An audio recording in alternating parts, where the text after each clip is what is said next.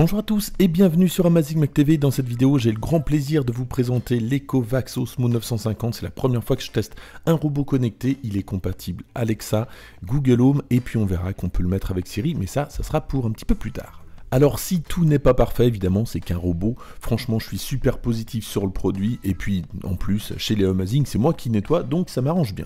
Alors on va tout de suite le déballer. Donc voilà à quoi ressemble le robot. On va y revenir un petit peu plus tard, puisqu'on va voir tout ce qu'il y a comme accessoires, et il y en a pas mal.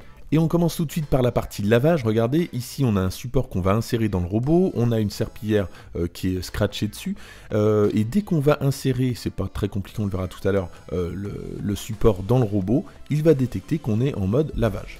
Et en plus de la serpillière principale, qui est réutilisable, elle, on a quelques serpillières supplémentaires qui sont jetables.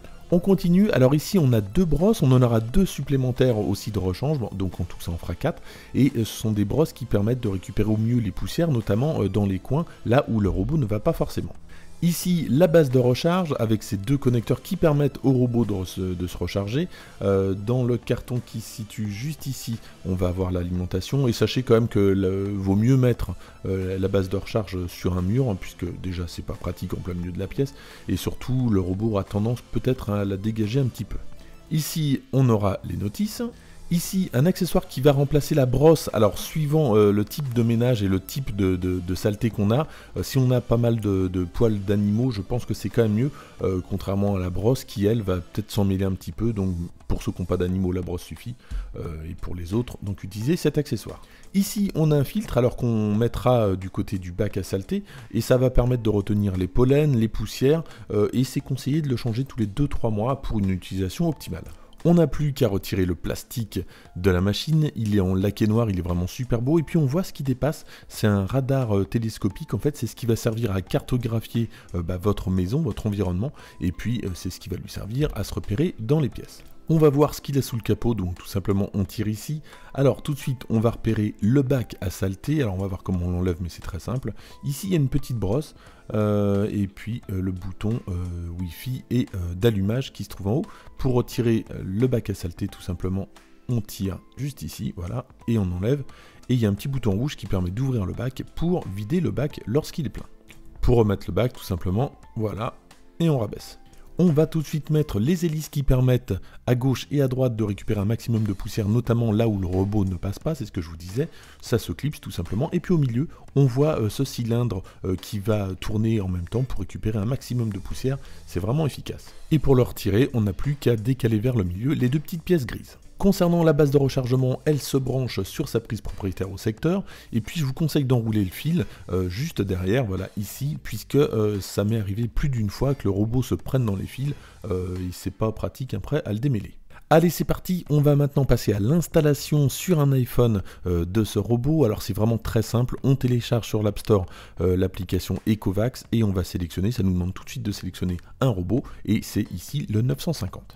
Avant de lancer l'installation, évidemment, pensez à allumer le robot. Alors pour cela, on lève le capot, c'est ce qu'on a vu tout à l'heure. On appuie, il y a un petit bouton rouge à mettre sur On. On le décale sur On, puisque par défaut, il est sur Off.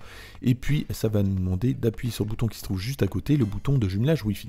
Une fois qu'on a sélectionné le modèle, ça va nous demander de scanner le QR code qui se trouve sur le robot. Voilà, juste là. Et on n'a plus qu'à attendre. C'est très rapide. Ensuite, on va pouvoir passer à l'installation. On va renseigner notre réseau Wi-Fi. Et après, il n'y aura plus qu'à aller dans les réglages Wi-Fi et sélectionner le réseau Ecovacs. L'installation ne prend que quelques minutes, mais on va passer quand même, même si c'est pas très long, on va quand même passer sur cette étape. Et sachez quand même que le robot, comme il est connecté, évidemment, on va pouvoir l'utiliser à distance et on va pouvoir lancer par exemple un nettoyage juste avant qu'on arrive à la maison. Ça, c'est vraiment ultra pratique.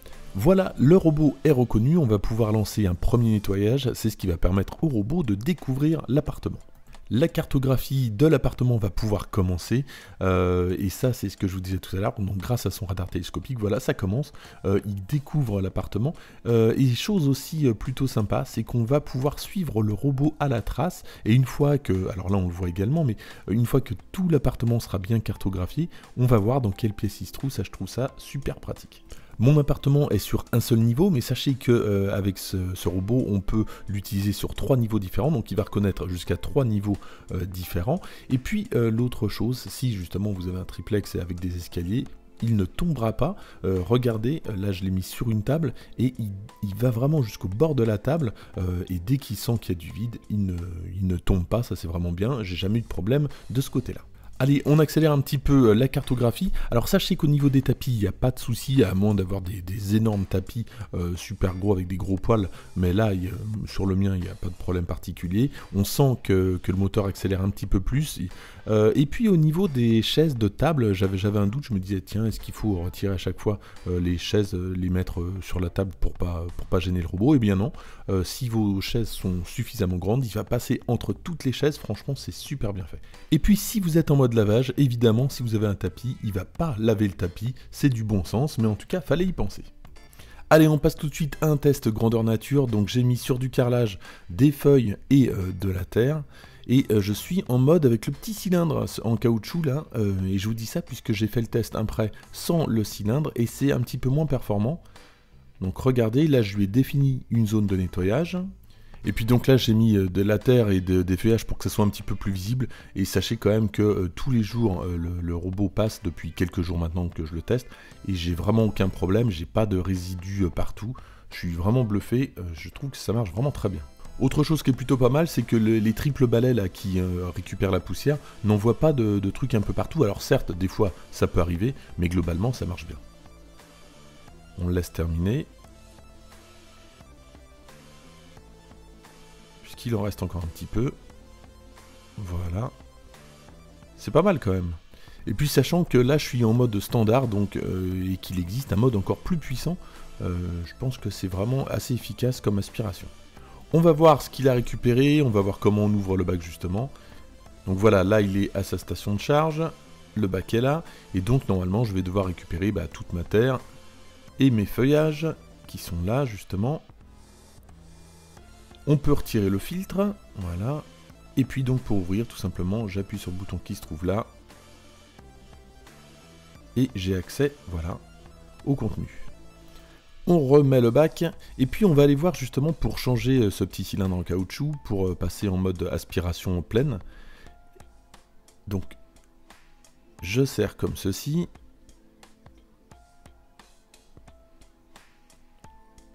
Et je retire le cylindre. J'insère l'autre partie, l'autre accessoire, voilà.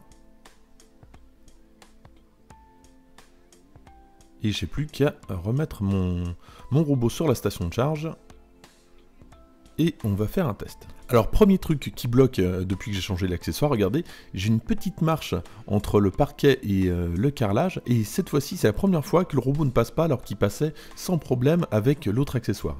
Mais avant d'affirmer tout et n'importe quoi, j'ai refait quelques tests, alors plusieurs situations identiques, puisque pour moi les plaques sont les mêmes, donc je vois pas ce qui change, et regardez, donc là je suis toujours dans la même configuration, mais cette fois-ci ça passe, et donc j'ai fait plusieurs tests, et ça passe sans problème. Par contre, ce que j'ai pu observer, c'est que lorsque j'utilise cet accessoire, regardez, j'ai un petit peu plus de ventilation dans tous les sens, c'est-à-dire que mes poussières vont s'éparpiller un petit peu partout, et j'ai pas un résultat aussi net qu'avec le cylindre, ça c'est dommage. Alors par contre, le désavantage du cylindre, c'est qu'il se remplit, enfin, il attire vraiment les poils, donc il va vite s'en mêler, donc il faudra le nettoyer régulièrement, mais pour un résultat optimal, je pense qu'il vaut mieux passer par le cylindre.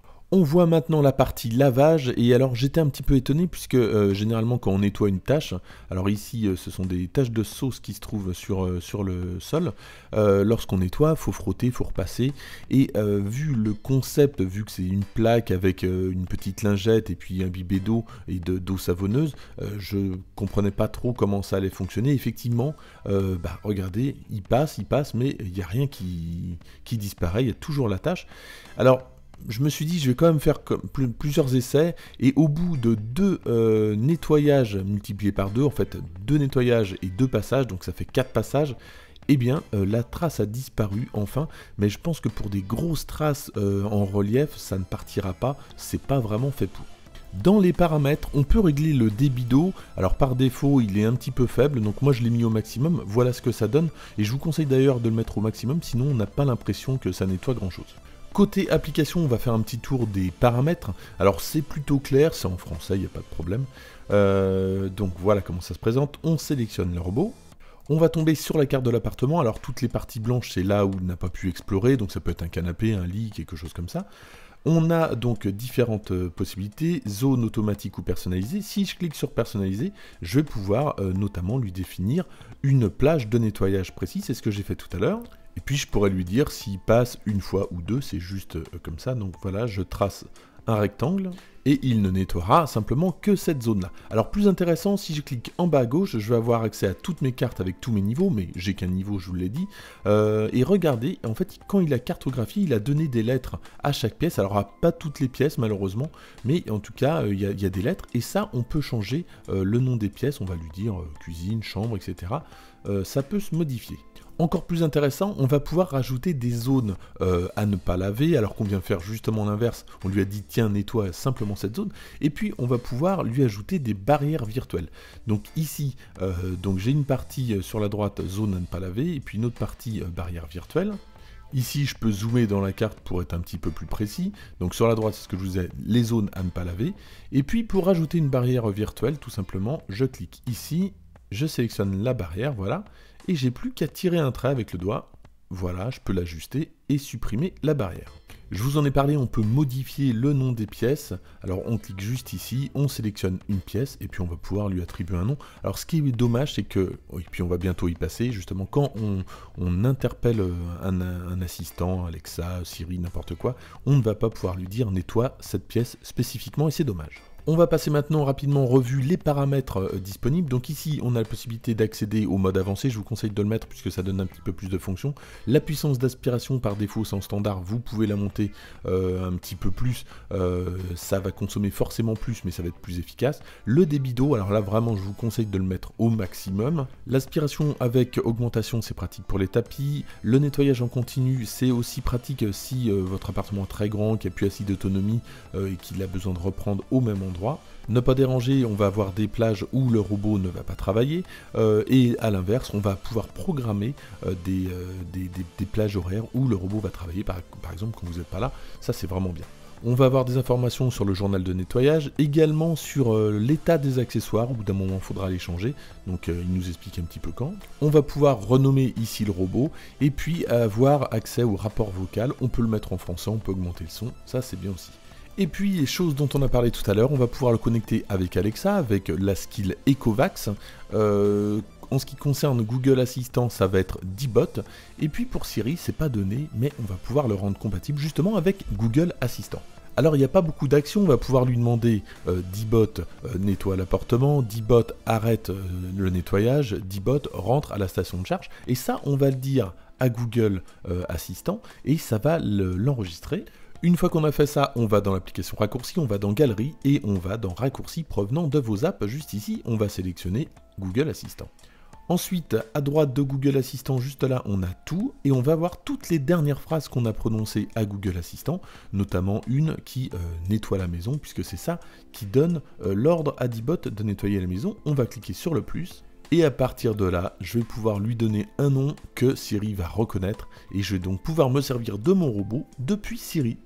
Une fois qu'on a fait ça, on quitte les raccourcis et je vais vous montrer donc tous les raccourcis, voilà. Donc j'en ai trois, un qui nettoie, un qui arrête et un qui permet de retourner à la base. On va tout de suite tester ça en conditions réelles. Alors ici c'est le bac à eau qui permet d'accueillir l'eau lorsqu'on fait le lavage. Ici c'est l'ouverture donc pour le remplir. Pour le clipser, il y a juste à le pousser. Et puis un petit ergot pour l'ouvrir. Allez c'est parti, on demande à Siri. Nettoie la maison. Ça c'est la phrase que je lui ai donnée dans Raccourci. Un instant.